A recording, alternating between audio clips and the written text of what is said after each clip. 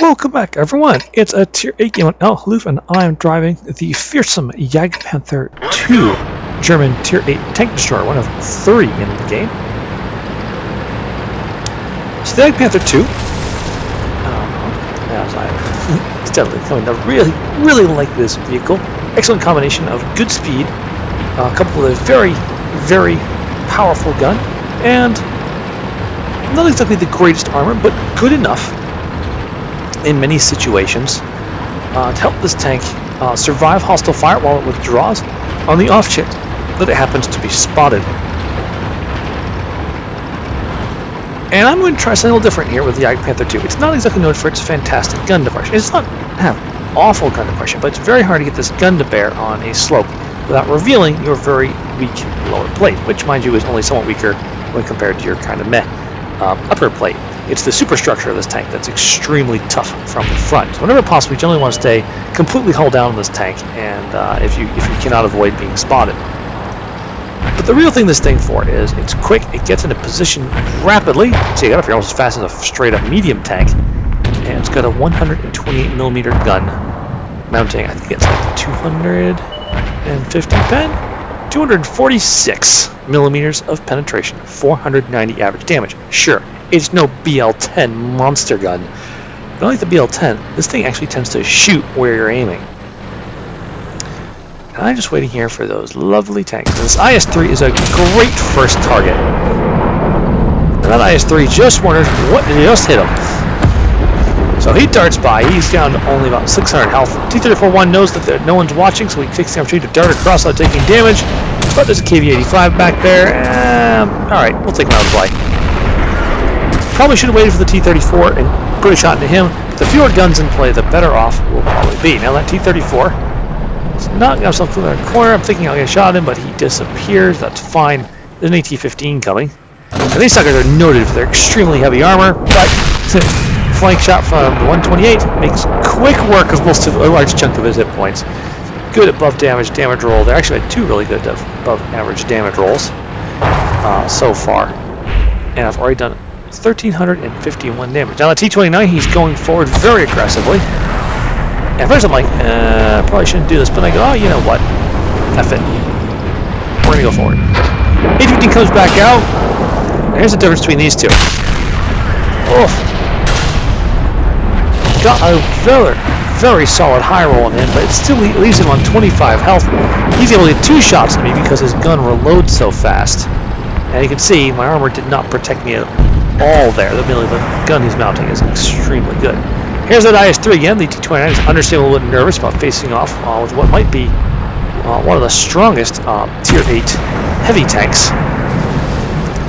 But as you can see, we've got a lot of help coming in. Of course, the artillery is trying to take on the T-29. So what I'm trying to do here, I'm trying to side scrape back while he's distracted and get my gun on that IS-3 without exposing myself to the A-44 behind me.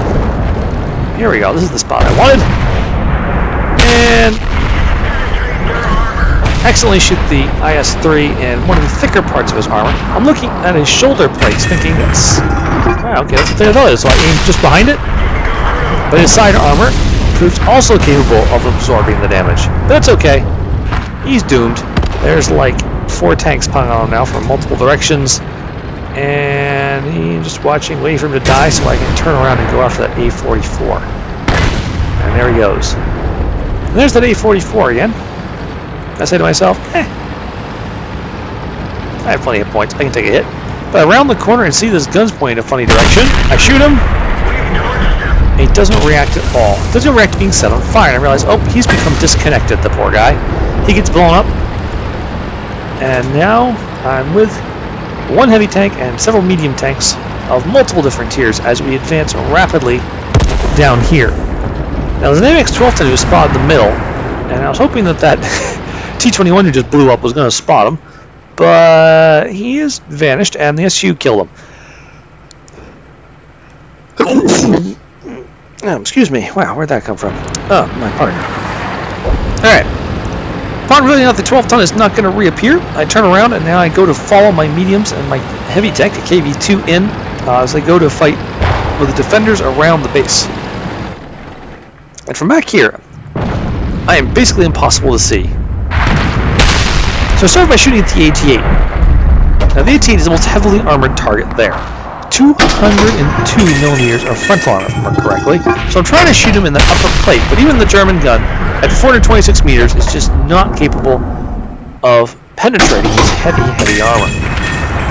So long as he's back there angled it down, I'm going to hurt him, so I'm going to switch to the Hellcat, who has no armor worth noticing. Get a nice big hit into him.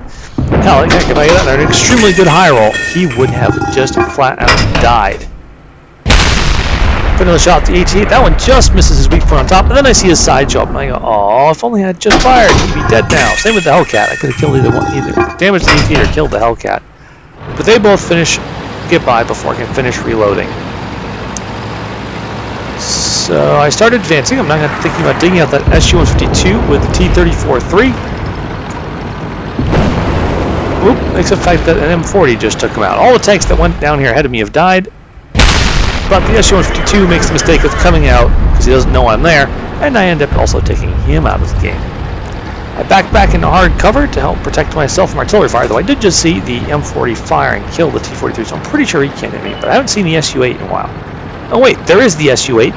He actually wasn't paying attention. He is actually watching that A-44 that's threatening him, so he's no danger to me.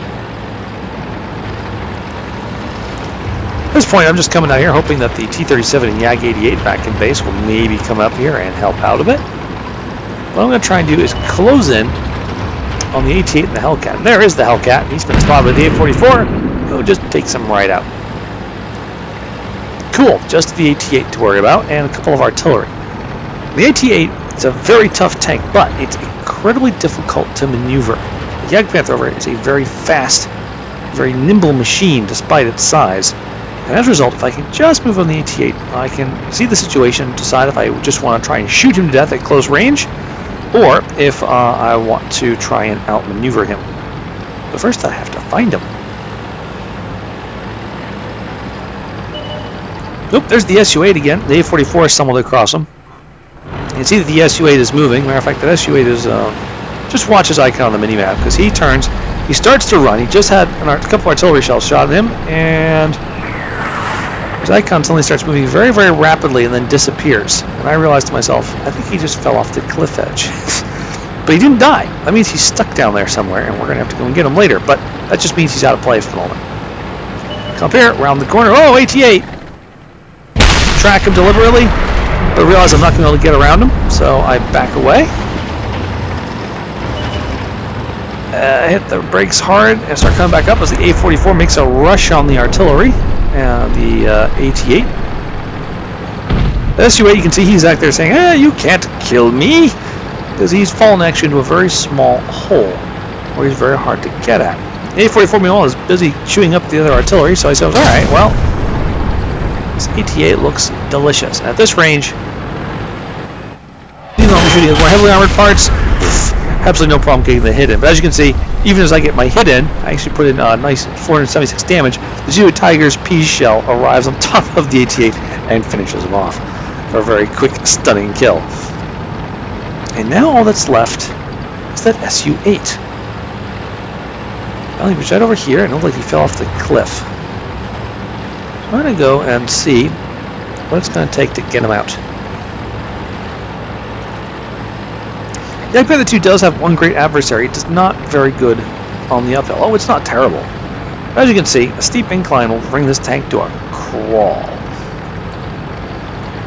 Meanwhile, the the members of the SU-8's team are not terribly happy with him, because they're all waiting for him to die so they get their locked tanks back and go out and play another match.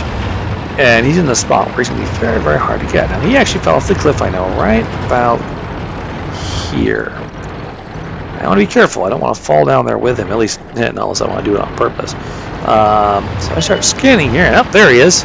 Yep, directly into a really nasty little hole. Now he's having a hard time maneuvering down there, so I'm pretty sure he's not going to be able to get his gun up on us.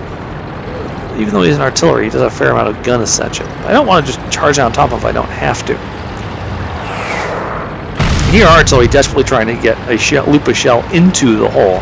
Come down here and see if there's a way in from this direction, but it's pretty clear. It's too steep. There's no way in from any direction except for directly above. So I'm the person up here, guess I'm the one who's going to have to do it.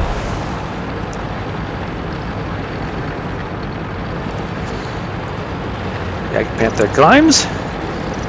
Jagdpanther spots. Jagdpanther annihilates. Maybe managed to do it without losing any hit points.